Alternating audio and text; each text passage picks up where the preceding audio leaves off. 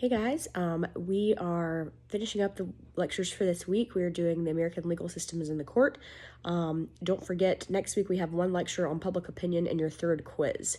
And the week following that, of course, is your second exam, and I will hand out your essay prompt. Your essay, of course, will be due on the final day of class, which is April 25th, and I will post all of the instructions for that. All right, so the American legal system and the courts. Let's get to it. We have this cherished narrative in American politics that says justice is blind and that the Supreme Court is this apolitical, impartial dispenser of it. The Supreme Court, though, is really political, and there's no more classic example of this than the 2000 presidential election between George W. Bush and Al Gore. Of course, it was a 5-4 decision in Bush versus Gore that ultimately decided who our president would be. Alexander Hamilton wrote in the Federalist Papers that the Supreme Court would be the least dangerous branch of the government. He said, neither power of the sword or of the purse, and they have neither the power of the sword or the purse, and they can do little other than judge. There's no raw power politics involved. But 200 years later, the Supreme Court took a very political role of deciding who would be the next president. They made the decision right down to party lines. They overturned the decision of the Florida Supreme Court that allowed recount of votes and awarded the victory to Bush. All right, imagine a world without laws. You can speed, you can park where you want, you can enter a store that sells drugs of all sorts and purchase what you like without proof of age or prescription. There are no rules governing the production of money either, so you hope that whoever is selling this to you will accept whatever you have to offer in trade. Then your car is stolen on the way out, which isn't illegal, and there's no cops to call anyway. In Chapter 1, we talked about Hobbes and Locke and who imagined sort of this pre-political world without laws. Hobbes said it would be a solitary, poor, nasty, brutish, and short time. Locke just said it would be inconvenient and that you'd constantly have to be on the defensive. But Hobbes and Locke thought that people would be willing to leave the state of nature for civil society to give up their freedoms to do whatever they wanted in order to gain this security and order and predictability in life. We focus on laws that stop us from doing what we want, but we don't think about the laws that allow us to live together peaceably. Laws are the how and the who gets what and how in politics. They dictate how collective lives are to be organized, what rights we claim, and how to use the system to get where we want. Laws can also be the what, as citizens and political actors use the existing rules to create new rules that produce even more favorable outcomes. Laws are limitations and restrictions that get in our way or make life easier. But our legal system is also founded on rules that represent basic and enduring principles of justice that create a higher level of civilization. Laws are the products of a political process. They're created by political human beings to help them get valuable resources, which could be a civil peace and security, or particular moral order, or power and influence, or even goods and entitlements. For security, we have laws that eliminate traffic chaos, enforce contracts, and ban violence. For moral order, we have laws against murder, rape, and incest. For political advantage, we have laws like those that give large states greater power in the process of electing a president. We have laws that deal with more concrete resources, like giving tax breaks to a homeowner or subsidizing a dairy farmer. We have different political systems that produce different systems of laws. Small communities where folks share values and freedoms, we don't really need as formal of a legal structure since everybody knows what's expected of him. And then we have authoritarian systems like North Korea or China, where laws exist primarily to serve the rulers in the state, and they're subject to change at the whim of the rulers. Then you have systems that merge church and state, like the Holy Roman Empire or some Islamic countries today, that laws are assumed to be God-given and violations of the law are analogous to sin against an all-powerful creator. In non-authoritarian countries where citizens are more than subjects and can make claims of rights against their government, laws are understood to exist for the purpose of serving the citizens, even if they have to restrict our actions to do so. Laws and the courts that interpret and apply them perform a variety of functions. In democratic societies, some of what we recognize commonly and others are less obvious. There are 5 important rules of law. Law provides security for people and property so we can go about our daily lives in relative harmony. This is directly from Hobbes and Locke. Laws provide predictability, allowing us to plan our activities and business without fearing a random judgment that tells us we've broken a law that we didn't know existed. The fact that laws are known in advance and they identify punishable behaviors lead to the conflict resolution function of laws in a democracy through neutral third parties known as courts, which are institutions that sit to resolve conflicts according to the law. And then laws reflect and enforce conformity to society's values. For instance, that murder is wrong or that parents shouldn't be allowed to abuse their children. And then fifth, laws distribute the benefits and rewards that society has to offer. They allocate the cost of those good things and whether they are welfare benefits, civil right protections, or tax breaks. Most governments in the industrialized world have a legal system are founded on civil law tradition, which is based on a detailed, comprehensive legal code, which is generally legislature created. This is the civil law tradition. It's based it's this legislature created legal code. Some of these codes date back to Napoleonic codes, and they leave little to the judge's discretion in determining what the law is. The judge takes an active role in getting at the truth. The judge investigates the facts, asks questions, determines what happened, and he emphasizes on getting the appropriate outcome instead of maintaining the integrity of the procedures. Though procedures are still important. The U.S. is different in three ways. We have a common law tradition, not a civil law tradition. We have an adversarial system, and we have a litigious system. Common law tradition, what we have here, is a legal system based on the accumulated rulings of judges over time applied uniformly. We have judge-made law. We have an emphasis on preserving the decisions that have made before and relying on what's called precedent. Stare decisis, let the decision stand. A previous decision or ruling that in common law is binding on subsequent decisions. Judges have a lot more power here to determine what is the law than the judges in a civil law society. And their job is to just determine and apply the law as an impartial referee, not to take an active role in determining the truth. We're not purely common law in the United States. Legislators do make laws and attempts have been made to organize them into a coherent body of laws. But legislators are less concerned with creating this than with responding to their constituents' needs. So we have a very kind of hodgepodge system here, but we have a common law tradition in nature that we do rely on here. The United States is also adversarial. This means we have trial procedures designed to resolve conflicts through the clash of opposing sides and that are moderated by a neutral passive judge who applies the law. We're presumed to reveal the truth through the clash of skilled professionals vigorously advocating competing viewpoints. Judges have a passive role. They apply the law, they keep the proceedings fair, and make rulings when appropriate, but their role doesn't include that of active truth seeker. It's designed to determine if a person is guilty or innocent. And as an inquisitorial system is a trial procedure designed to determine the truth through the intervention of an active judge who seeks evidence and questions witnesses, intended to discover who did it. The judge is the fact finder. In the United States, we have an adversarial system. It fits with our cultural emphasis on individualism and procedural values, and it gives a lot of power to lawyers. We also have a litigious system here in the United States. We sue each other a lot, right?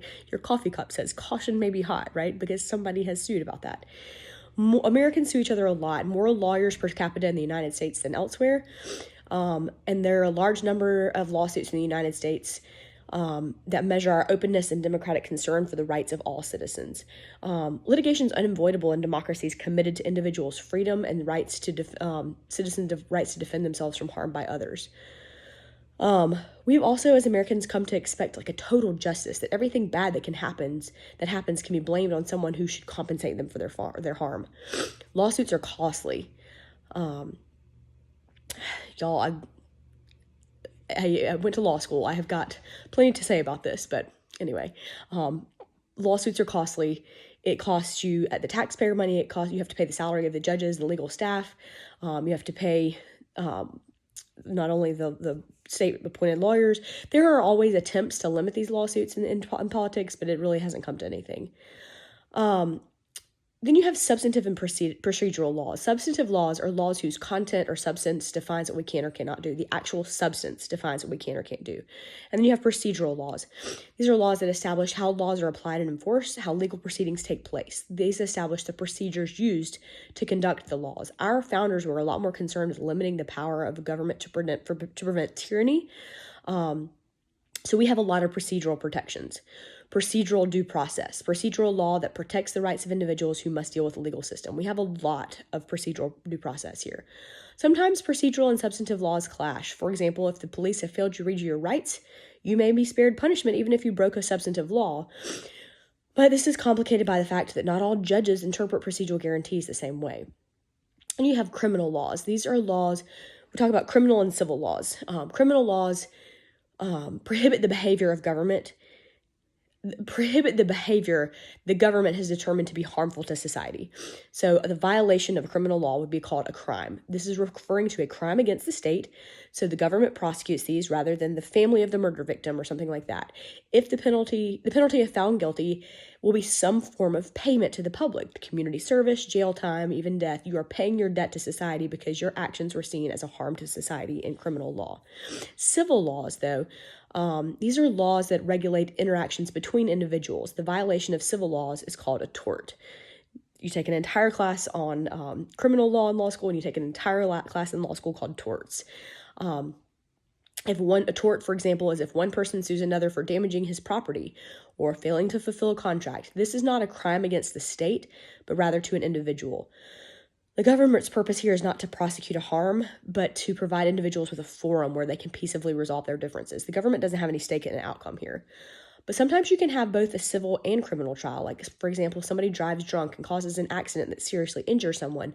The drunk driver would face criminal charges for breaking laws for driving while drinking. Then they could be sued by the injured person to receive compensation for medical expenses, missed income, pain and suffering. These damages are called compensatory damages. Okay, and then we have constitutional law, another full class that we take in law school. You guys are getting Law School 101 today. Constitutional law is law stated in the Constitution or in the body of judicial decisions about the meaning of the Constitution handed down in the courts. These laws establish our basic powers and limitations on government institutions and their interrelationships. They guarantee the basic rights of citizens. The constitutional law evolves over time. Justices are replaced, cases are overturned, precedents reversed. Most laws in the United States are made by Congress and state legislatures, by the bureaucracy and under the authority of Congress and by the president. Statutory laws are laws passed by a state or the federal legislature, and they reflect the will of the bodies elected to represent the people, and they can address virtually any behavior. For example, wear your seatbelt, pay your taxes, stay home from work on Memorial Day. Those are statutory. And then, administrative law. These are laws established by the bureaucracy on behalf of Congress. Legislators can't be experts on all matters. They frequently delegate their lawmaking power to the bureaucratic agencies and departments. They include like how traffic regulations will be dealt with, how airport will monitor air traffic, what kind of material can be made from pajamas for children, what deductions can be taken for figuring your income taxes. These laws they are made under the authority of elected representatives, are not made by people directly accountable to the citizens of America. And then you have executive orders. These are clarifications of congressional policy issued by the president and having the full force of law. They're made without any participation by Congress and are only binding during that president's administration. Americans owe a lot of our philosophy of law, which is called jurisprudence, to the British, but our court system we set up to administer that law is uniquely our own. The nature of the judiciary was a subject of hot debate during our founding. Large states really wanted a strong court system as part of the strong national government they advocated for. Small states really cringed at the prospect of national dominance and wanted a weak judiciary. So founders left it to Congress to settle. Article 3, Section 1 says the judicial power of the United States shall be vested in one Supreme Court and in such inferior courts as Congress may from time to time ordain and establish. And judges can hold their jobs as long as they demonstrate good behavior. They're appointed for life. They'll be paid regularly and can't have their pay reduced while they're in office. It doesn't spell out the powers of the Supreme Court, only the types of the cases that can come there. The Judiciary Act of 1789 started filling in some gaps on how it would be organized, but the Constitution didn't say a lot. So the idea of this independent judiciary headed by a Supreme Court was one that was new to our founders. No other country had this. Britain's highest court was also its parliament, its legislature. So it put a lot of faith in the idea of separation of powers and checks and balances. Independent judiciary is an ideal way to check the power of the president and Congress, and an important part of the narrative being created about limited power, but to others it created this unknown threat. Like I've mentioned before, Hamilton wrote in Federalist 78, arguing that the judiciary is the least dangerous branch of the government because it lacked the teeth of the others. It had neither the power of the sword nor the purse, and it can exercise neither force nor will, but merely judgment. Merely. In fact, several of George Washington's appointments to the Supreme Court turned him down because they thought this was right, and they left to serve for a more prestigious position. When the capital was moved to D.C., the planners completely forgot to design a location for the Supreme Court, and as a result, the highest court in the land met in the basement of the United States Senate. And if you guys ever go tour the Capitol, please ask whoever is touring you to see the old Supreme Court chambers. It's really a cool thing to see. It's kind of in the dark in the basement. It's crazy. Of course, now they're moved across the street to a beautiful building, but this low prestige didn't last long, almost single-handedly because of John Marshall, who created judicial review, which is the power of the courts to determine the constitutionality of the laws. Marshall wasn't the first to raise the prospect of judicial review. Hamilton dropped a hint in Federalist 78 that he would prefer a much stronger role for the court. He answered critics who declared that judicial review would give too much power to a group of unelected men to overrule the will of the majority as expressed through legislature. Hamilton said the reverse was true. He said, since the Constitution was the clearest expression of public will in America, by allowing that document to check the legislature, judicial review would actually place the true will of the people over momentary passions, and that interest would be reflected in Congress. The Constitution doesn't give the power of judicial review to the court, but it doesn't forbid the court to have that power either. So the landmark case that established the Supreme Court's power of judicial review was Marbury versus Madison. This case involved a series of presidential appointments to federal courts made by President John Adams in his final hours of his administration. He had a letter that appointed William Marbury to be the Justice of the Peace for Washington, D.C., and it was overlooked and not delivered. This was a midnight, last-minute appointment, and it irritated the new president, who was Thomas Jefferson. He wanted to appoint his own people, so he had his Secretary of State, James Madison, throw the letter away, along with several other appointment letters. So according to the Judiciary Act of 1789, it was up to the Supreme Court to decide if Marbury got his appointment, which put John Marshall in a fix. If he exercised his power under the act and Jefferson ignored him, the Supreme Court's already low prestige would be severely damaged. But if he failed to order the appointment, the Supreme Court would still look weak. He was in kind of a lose-lose situation. So instead of ruling on the question of Marbury's appointment, which is a no-win for him, he focused on the part of the act that gave the court the authority to make that decision. He found to go beyond what the Constitution had intended. In fact, according to the Constitution, Congress didn't have the power to give the court that authority. So Marshall ruled that although he thought Marbury should get the appointment, he couldn't enforce it because the relevant part of the Judiciary Act was unconstitutional and therefore void. He justified the Supreme Court's power to decide what the Constitution meant by saying it is emphatically the province of the judicial department to say what the law is. Marshall chose to lose a small battle here in order to win a very large war. He created the power of judicial review, which vastly expanded the potential influence of the Supreme Court and set it on the road to becoming the powerful institution that it is today. It's really striking the enormous power that the court had chosen to give itself. What would the public reaction have been if Congress had voted itself to make the final judge of what's constitutional? Judges are really aware of the enormity of this power, so they use it sparingly. That wasn't used from its inception until 1803, until 1859, when the Supreme Court struck down the Missouri Compromise. Since then, it's only been used about 160 times to strike down acts of Congress. Congress's response to designing a court system, they immediately put together the Judiciary Act, but the system created by this act was too simple to handle the complex legal needs and the growing number of cases in the new nation. So they gradually crafted Congress gradually crafted the very complex network of federal courts that we have today. We have two separate court systems, state and national, and most of what we do takes place in the state level. So jurisdiction, this is the court's authority to hear a certain case. Most cases in the United States fall under the jurisdiction of state courts. They go to federal courts only if they qualify by virtue of the kind of question raised or the parties that are involved. The choice of a court is dictated largely in part by constitutional rule and statutory law, but it leaves some room for political maneuvering.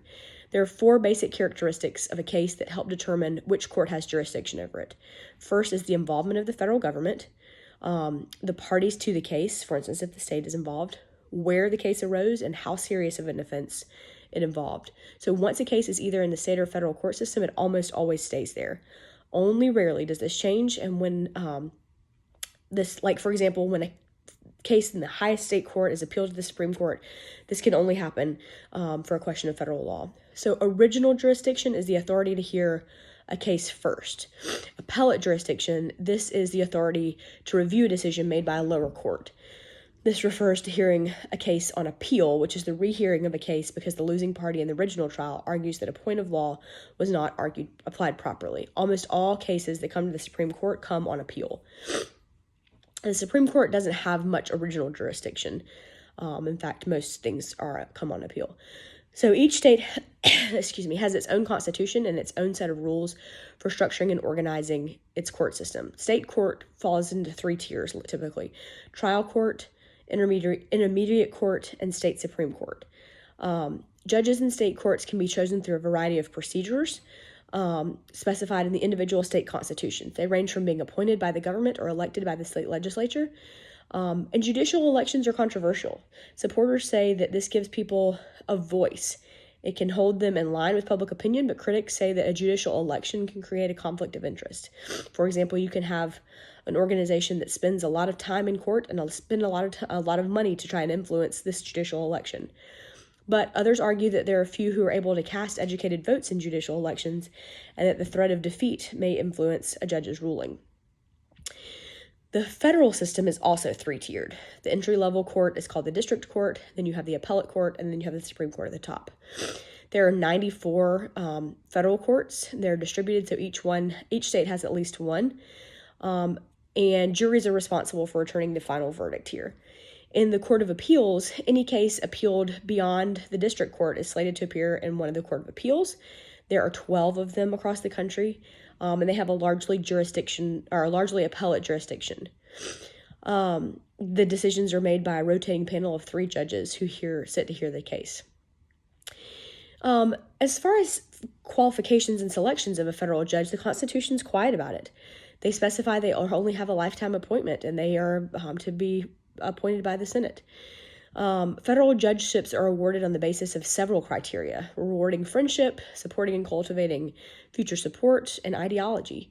The courts have traditionally been very demographically uniform, a white Christian male, but this has changed a good bit. Obviously, right now, we're looking at an African-American woman for the Supreme Court. The important qualification is the ideological or policy positions of the appointee. We talked about this a little bit in Chapter 8, and a president wants to appoint someone that he feels is going to vote with what his priorities are going to be.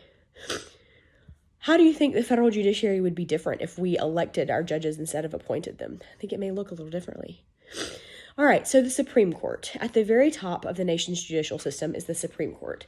They don't wear the elaborate wigs of their British colleagues in the House of Lords, but they do wear long black robes and sit against a background of red silk. This is probably the closest thing we have to pomp and circumstance in American government.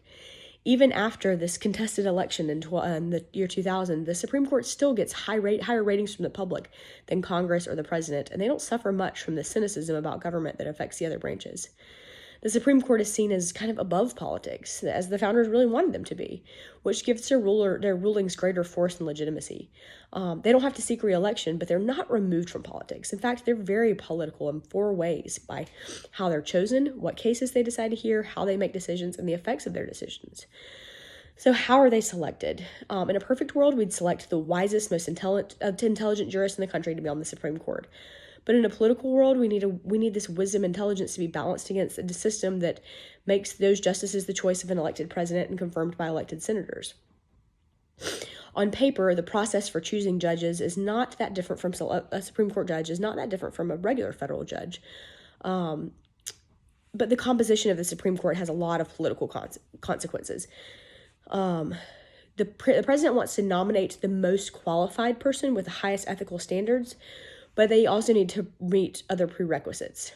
The FBI also checks out the background of nominees, though sometimes critical information is missed.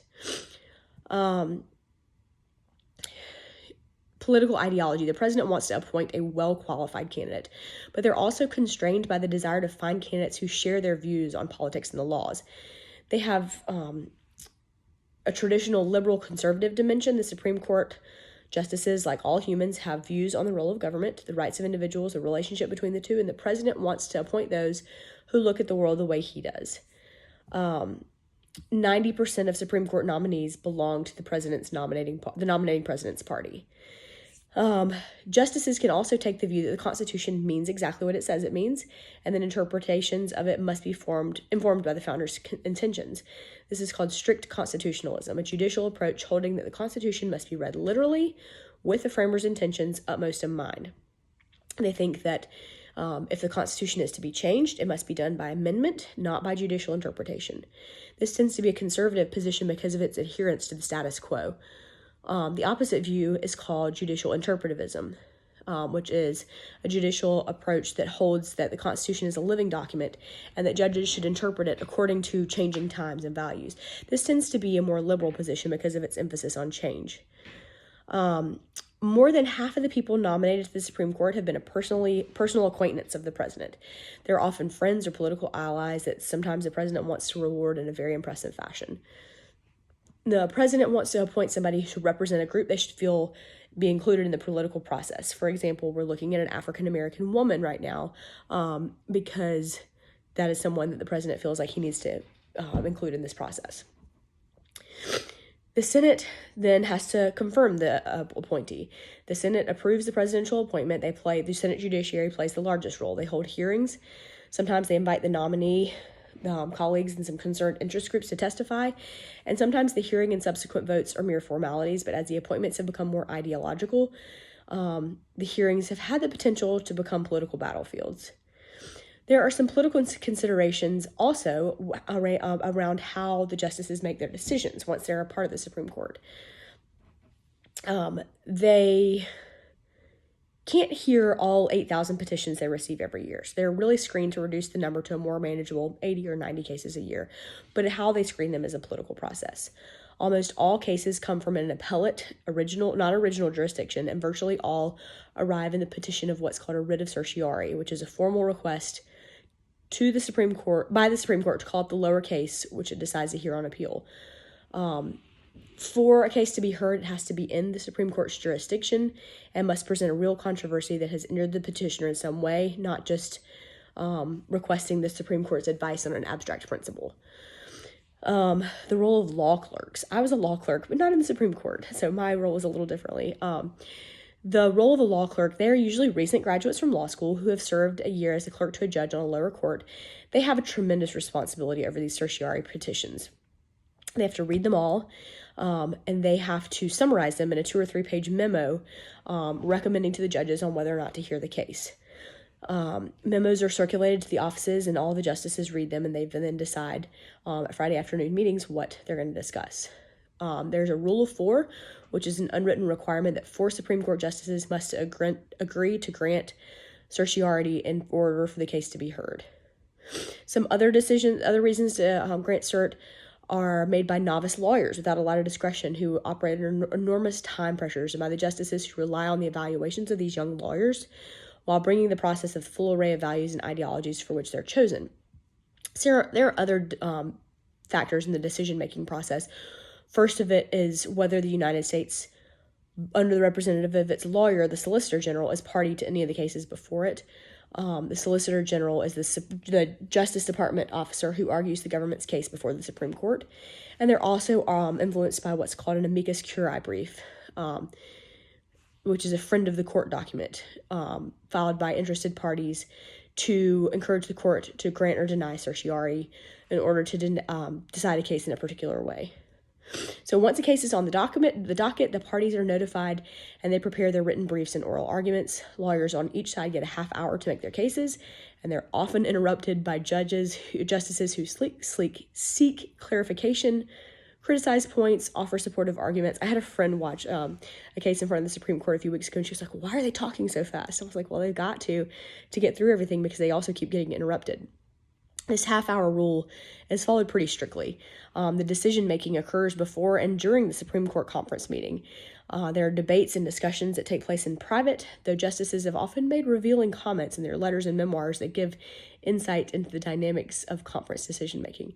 There are a variety of factors that affect the justices as they make their decisions. Their attitudes, values, and beliefs, and then some external factors. Some of their attitudes toward the Constitution and how literally to take it is important. They are influenced by the view they hold of the role of the Supreme Court, whether they should be an active lawmaker or policymaker, or they should keep its rulings narrow. Judicial activism is the view that courts should be lawmaking, policy-making bodies. They're comfortable with overturning precedent. Judicial restraint is the view that courts should reject any active lawmaking functions and stick to judicial interpretations of the past. They believe more in the principle of stare decisis and rejecting any active lawmaking as unconstitutional. Justices also tend to make decisions consistent with external factors like what's happening in the United States. They are the same forces that shape public opinion also shape the justices' opinions. Interest groups can play a role, of course, justices' relationships with each other. Sometimes they arrive with their minds already made up, but they can't ignore each other. It does take 5 votes to decide a case, and they need each other as allies. Once a decision is written, the writing is reached. The writing of the opinion is assigned. The opinion is the written decision of the court that states the judgment of the minorities, and this is the lasting process that's read by law students, lawyers, judges, future justices. It's really important for how the nation will understand what a decision means. If the Chief Justice is in the majority, his job is to assign the opinion writing task. Otherwise, the senior member assigns the opinion. So the concurring opinion is the document written by the justices expressing agreement, and the dissenting opinion is the documents written by justices expressing disagreement. The effects of a decision amount to the creation of public policies surely as do acts of Congress. The Supreme Court has taken an active role in lawmaking. John Marshall enhanced the power of federal government over the states by declaring that the Supreme Court itself has the power to invalidate state laws if they conflict with the Constitution. In early years, the Supreme Court was an ardent defender of the right of business not to be regulated by the federal government. And obviously things like Bush versus Gore, the Supreme Court can get involved here. This chapter really argues that the legal system and the American courts are really central to the maintenance of social order and conflict resolution, and also they're a fundamental component of American politics of who gets what and how. But the central question for American democracy is who takes advantage of this powerful system for allocating resources and values in society. An important principle is equality before the law. Commonly take that principle to mean that all citizens should be treated equally by the law, but it also implies that all citizens should have equal access to the law. Citizens are treated differently by law enforcement and legal systems according to their race and income level and the kinds of crimes they commit. Experiences has led African Americans and whites to develop different narratives about the role of the criminal justice systems in their lives. But race is not the only factor that divides the American citizens in their experience of the criminal justice system. It also creates a barrier to equal treatment by the law. We don't have equal access to the law. There are over half of these convicted of felonies were defended by a court-appointed lawyer who was sometimes less than enthusiastic about their assignment. These are public defenders. The pay is modest and sometimes irregular. I did an internship with the public defender's office while I was in law school, though, and this says that they're not necessarily excited about their work, but I found that to be opposite. I found these to be really fantastic lawyers who are really passionate about what they did. And then in the civil justice system, the Supreme Court has ruled that low-income defendants must be provided with legal assistance in state and federal trials, but there's no guarantee in civil cases. So in 1974, Congress created something called the Legal Services Corporation, which is a nonprofit that provides resources to help with legal problems like housing, employment, family issues, finances, and immigration. So there are ways to access the court system no matter your income. All right, sorry that was a really long lecture, but Hank, thanks for hanging with me, guys. Again, we will be back next week with a lecture on public opinion and your third quiz, and then the week after that you will have your second exam and your essay prompt will get posted.